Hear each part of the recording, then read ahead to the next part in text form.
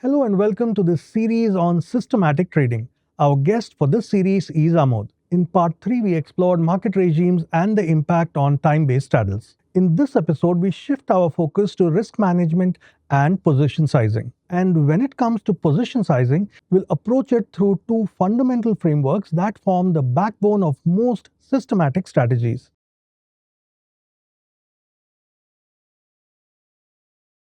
So, Aamodh, we've been talking off camera about your nuanced take on position sizing. Now, I thought it makes complete sense for everyone to listen to how you think about risk management and the various things which go into risk management. So, let's get started and tell me about how you look at risk when it comes to your trading positions. Yeah, sure. Before we touch upon risk, I'll touch upon the two different kinds of position sizing methodologies one can use for his trading strategy, right? I'll keep this specific to options trading because that's what I predominantly do and use this for, right? So there are, broadly speaking, two ways in which one can size position in a strategy. One is fixed lot count style of sizing. The other is fixed fractional risk kind of position sizing. First, let me talk about fixed lot count kind of position sizing. Fixed lot count kind of position sizing is where you trade fixed number of lots in all the trades. Let's take an example of fixed lot count kind of position sizing. Sure. We'll take the standard time-based straddle short time-based straddle strategy with the individual leg stop loss of 25%.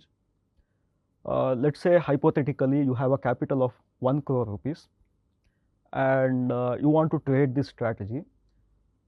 In fixed lot count, you allocate something like, let's say, 1 lot per 10 lakh of your capital and trade 10 lots on 1 crore capital every day, every trade. What this essentially means is that irrespective of what kind of regime that's running in the market, be it in terms of price action, be it in terms of volatility, you would be trading the same lot count day in, day out in this strategy. Okay. We don't care about premiums is what you're saying. Yeah, we don't care about premiums.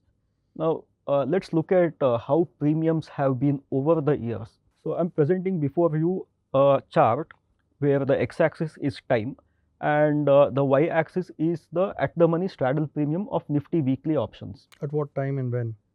This is at 9:30 a.m. It covers all days to expiry. Yeah, so it covers all days of the week, right from 0 DTE to 4 DTE, and the date range is from 2019 to March 2026. But then, just clarifying, the chart that we are seeing, is it a single input data for a day? So in the sense, let's say for a given DTE at 9:30, what was the premium across all these days? No, it is not that.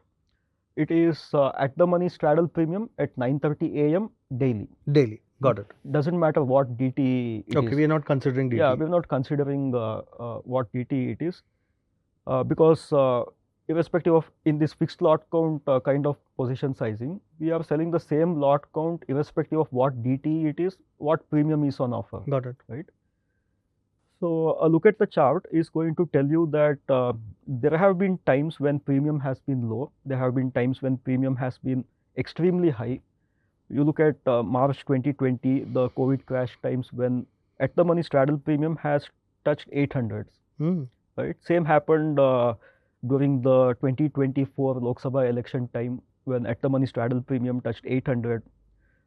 Recently, during the current conflict, the war that is happening, you see at the money straddle premium shooting up very high, right?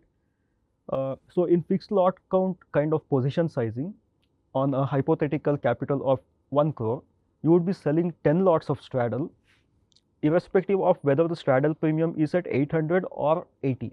Correct. Right? What that means is that your risk is highest when straddle premium is highest, your risk is lowest when straddle premium is lowest. Consequently, your potential reward is also highest when straddle premium is highest and lowest when straddle premium is lowest. Correct. we'll keep this at one side and Okay. we'll look at the other style of position sizing. The second type of position sizing is fixed fractional risk kind of position sizing. So in this kind of position sizing, let's say you have a hypothetical capital of 1 crore, you would be risking something like X percentage of your capital every trade. It could be Okay. 1%, 0.5%, 1.5%, anything. Okay. Let's say 1% of capital, which comes to be like 1 lakh on a hypothetical capital of 1 crore rupees. Okay. Right? So what that means is that when the premium is high, you would be trading, let's say, X lots. If the premium is half of what it was earlier, then you would be trading 2x lots, right? So let's say when the straddle premium was 200, you are risking 1% of your capital per trade, and let's say you are trading X lots, whatever the calculation X comes out to be, and let's say 1 week later the premium is just 100 now, you would be trading 2x lots. So the number of lots you trade in a given day is not fixed, and it is decided by the premium on offer on that day. What that means is, in high volatile times, your position size will be relatively low, and in low volatile times, your position size would be relatively high. Okay. Right?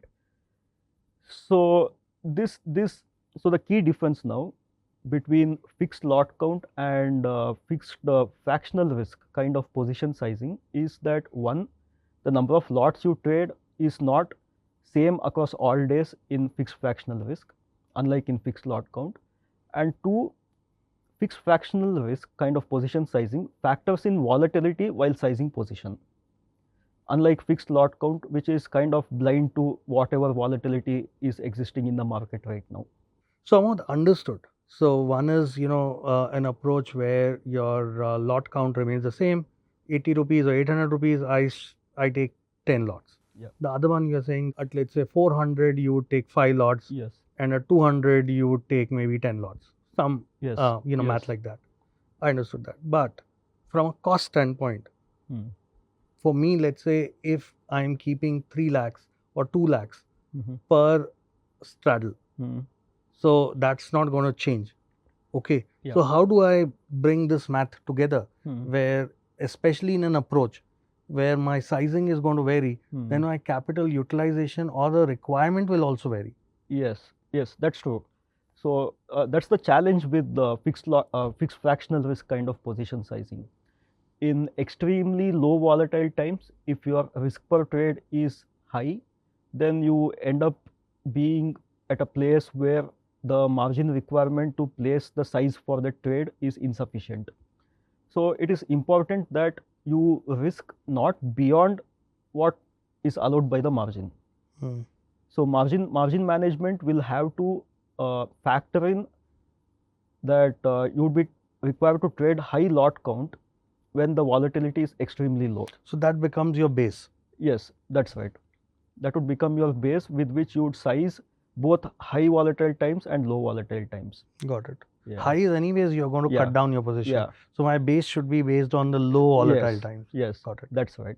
So another question in the context of these two approaches to position sizing, fixed fractional versus fixed lot size. Now, let's say hypothetically I size the same strategy with these two approaches. Now I will have some result, some P&L, some equity curve, but how do I compare them is another question that comes to my mind. Yeah, right. Because the number of lots traded in both the strategies is different, you can't directly compare the two straight away by running a one lot backtest versus X percentage risk per trade position size backtest. The metric that I would use to compare the two would be risk adjusted return. That is Calmar. So risks come in different forms in the market.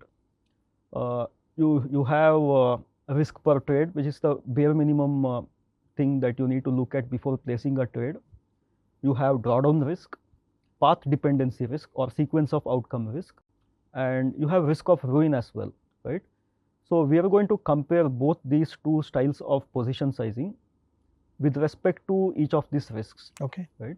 Fair enough. We would adjust against the drawdown risk and the risk per trade and compare the two styles of position sizing. I would like to put a quote here and then say how we do it.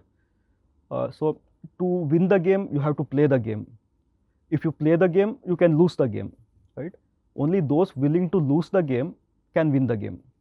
Okay. Right. Fair enough.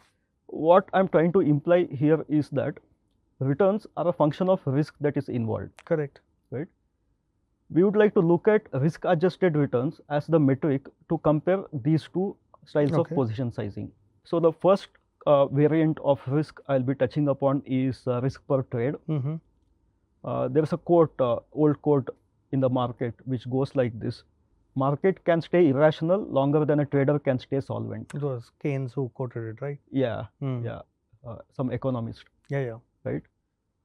This is one of my most favorite quotes in the market, simply because no matter how good a trade looks to the eye, no matter how good a trade feels to your heart, it can go wrong, and it can stay wrong longer than you can predict. Not just the trade, backtest. Yeah. The backtest can look beautiful, but then in reality, when the drawdown starts, you don't know when it's going to end. Yeah, right.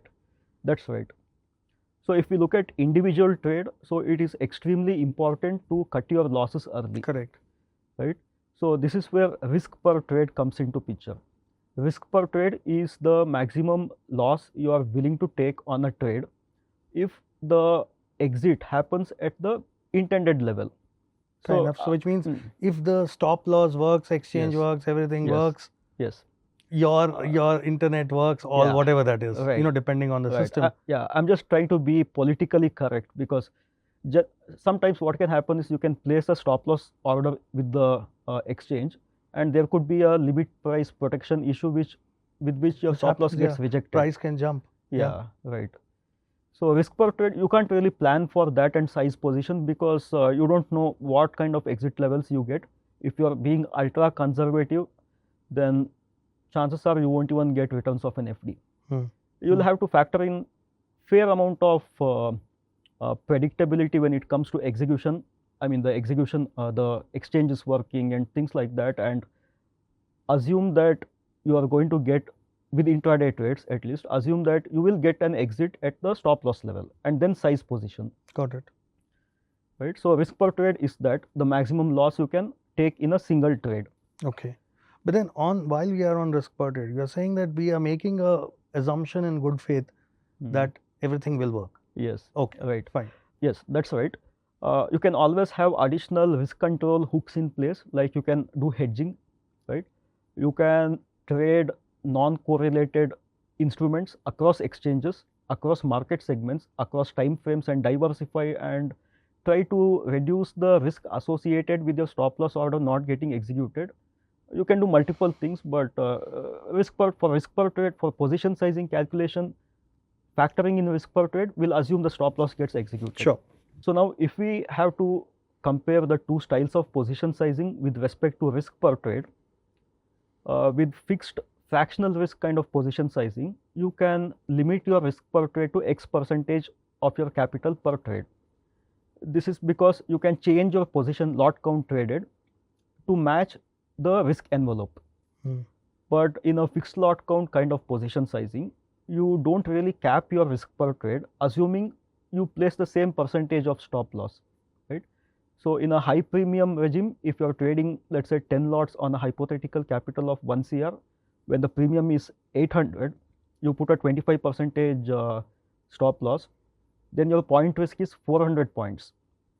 In a low premium regime, when the premium is just 100, the straddle premium is just 100 points, you place a 25% stop loss, then your risk will be 4 times lesser, right? Or 8 times lesser. The point here is that with fixed lot count kind of position sizing, you don't cap your risk per trade. That looks like a demerit to my eyes. So, Aamodh, we spoke about this whole risk per trade thing, and we compared fixed fractional versus fixed lot size. I understood. But at a broad level, we are saying that if the premium is high, we will trade lesser. in terms of lot sizes. If the premium is low, we will increase our size. In the fixed lot size, our size remains the same. Yes. So for a long time, I've been trading fixed lot size, and the advantage that I see in fixed lot size is I would make all the possible gain that I'm giving up when the IVs are low, I hope to make up when the IVs are high. And that's how it plays out. So the IV would have its own mean reverting curve, and for many days, I don't make much money as a short vol trader. But there will be a few weeks or few months in a year which would compensate for all the other days where I could not make much money. Okay. Yes. So now, but given your idea of fixed fractional risk, I'm just thinking, does it make sense to shift to that? I'm in two minds. Okay. So my question to you is, on what basis do I make this shift or this decision, being sure that I'm not losing out much by not participating with large size when the IV is high? Yeah, it's a fair point to make, valid question. So one would imagine that he's missing out on the potential profit during high volatile regimes when premiums are high, which is why we would be looking at risk-adjusted returns. We would factor in risk and compare returns against risk that has been taken. So that would mean that in both fixed lot count and fixed fractional risk kind of sizing, the risk is normalized and we compare the return. We are going to take a couple of examples and go through the backtest results later. Sure, let's do that. But right now, you also spoke about drawdown risk, and how do you look at that? So drawdown is the percentage retracement from in your equity curve from the equity peak, right? And drawdown risk is very much a function of sequence of outcomes. Correct. Historically, when the high premium regime lasted, the sequence of outcome for your strategy could have been favorable. And in future, when a high premium regime comes in, the sequence of outcome for your strategy may be unfavorable. You're scaring me, but I agree. Possible. Yeah, right. If we have to compare the fixed lot count kind of position sizing versus fixed fractional risk kind of position sizing, one argument a person can have for his strategy could be that he can look at the backtest of his strategy in, let's say, March 2020 when premium was high, and say that, look, this has been profitable in the high premium regime. So if I go with fixed fractional risk approach, then I lose out on that profit, Potential right? profit, Potential yeah. profit, right? So yeah, so the answer to that is a favorable sequence of outcome played out in the past during high premium regime, which resulted in you not facing, which resulted in the strategy not going through a big drawdown in that window, right? So whereas in fixed fractional risk kind of position sizing, you are limiting your risk per trade irrespective of whether you are in a high premium regime or a low premium regime. Basically, you are insuring yourself against sequence of outcome risk. Got it. Got it. It makes sense because, one of the things that when I presented this question, I assumed that the sequence of risk would, or the sequence of drawdown would not necessarily happen during the high premium regime, Yeah. which is quite possible. So it's quite possible. Premiums are high, but my strategy is failing. Yes. Specifically in that regime. Yes. Yes. So if we have to give a recent example, December 2025 and January 2026, the premiums were ultra low, I would say, right? But now in March, premiums are ultra high. With a fixed lot count kind of position sizing, if you made profit in December and January, you would have made a relatively small profit. But if you made a loss in March 2026, that loss would be way higher than the combined profit of December and January. Correct. Ultimately boils down to sequence of outcome playing out in different ways, unpredictable ways. Got it. Got it. Makes sense.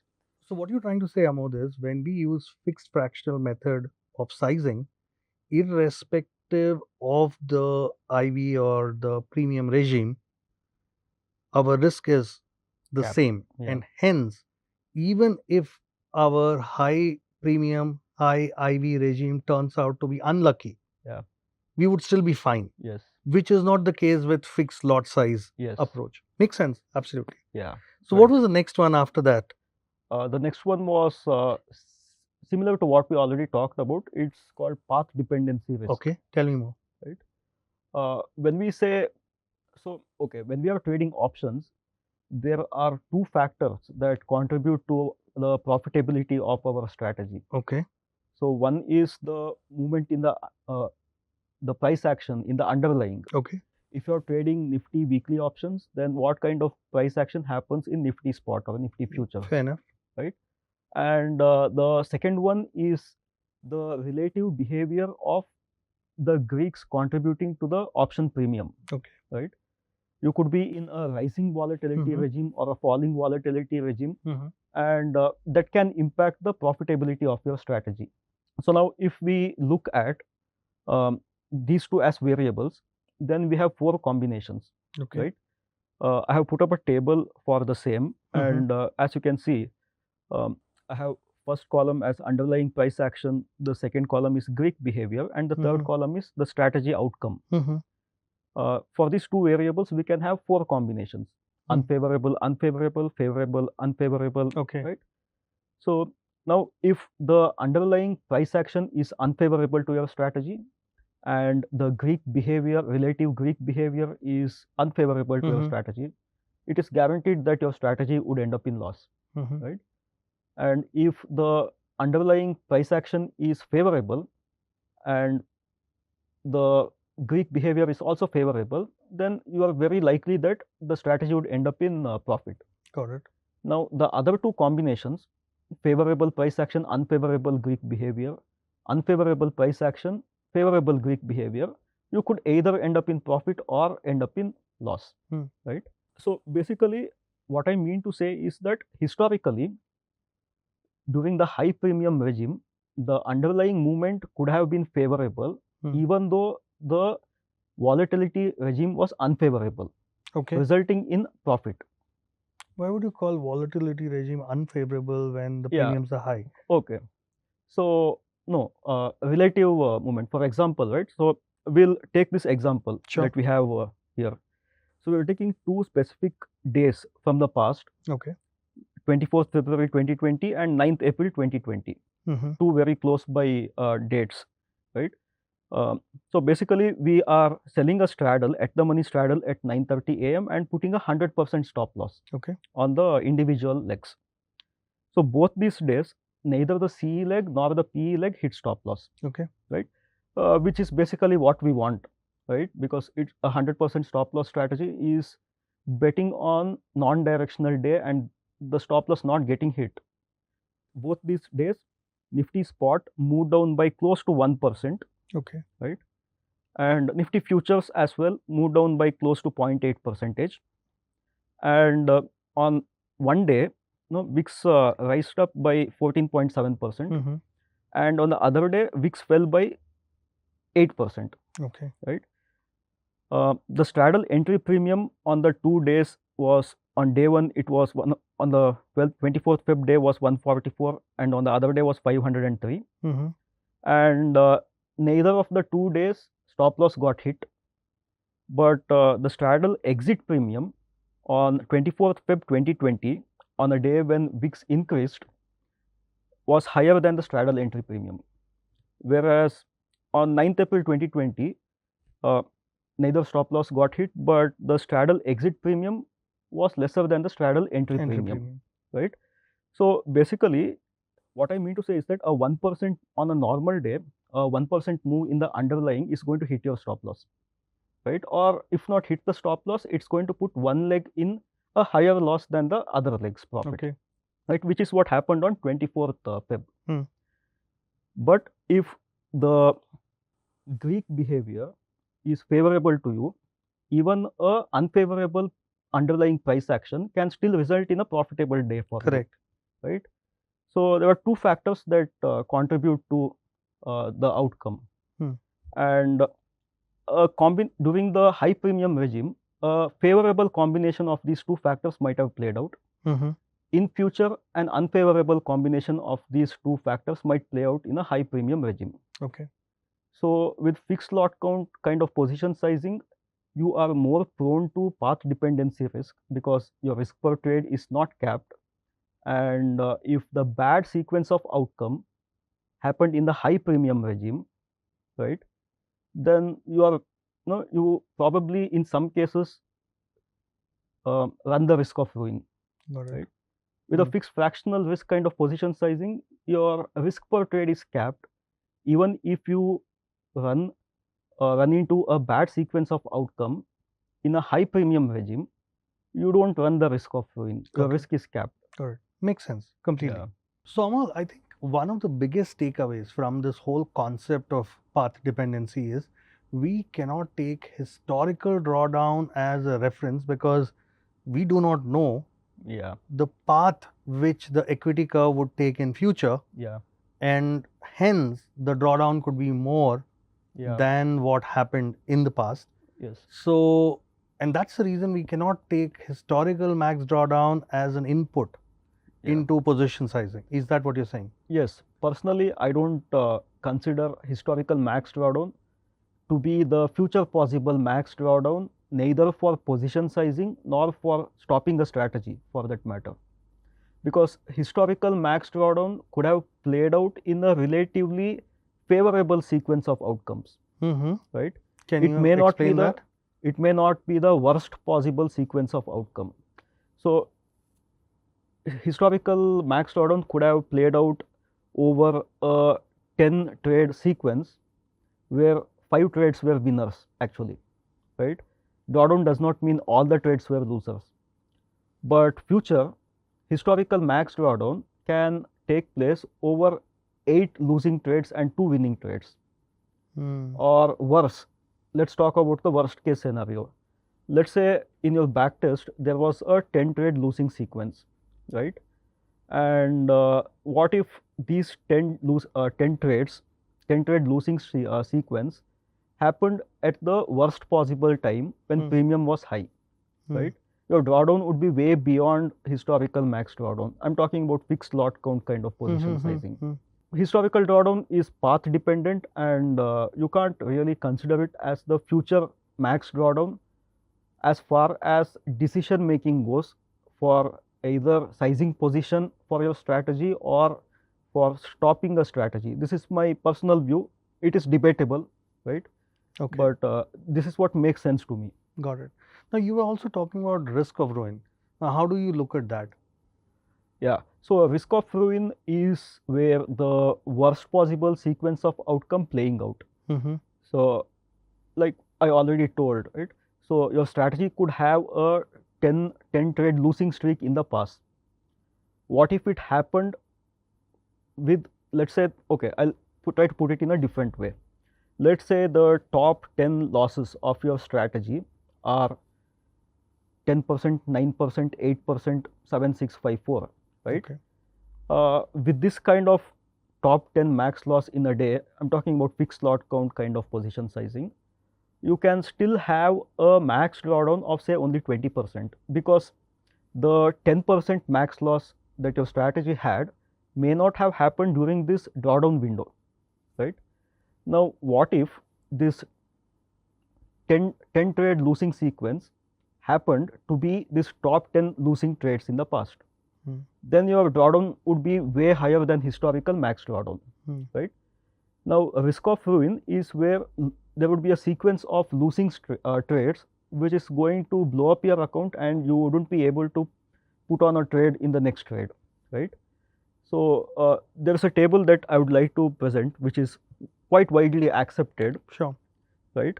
So it shows on the x-axis it shows win rate, and on the y-axis it shows the probability of x number of losing trades that can happen over a 100 trade sequence. Sure.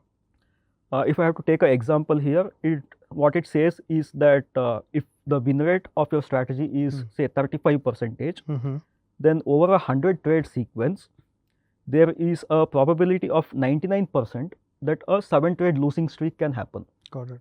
Right? So now let's say you are sizing your position fixed lot count, and let's say the top 10 losing trades, top 7 losing trades in your strategy were 8%, 9%, 5%, 4%, something like that.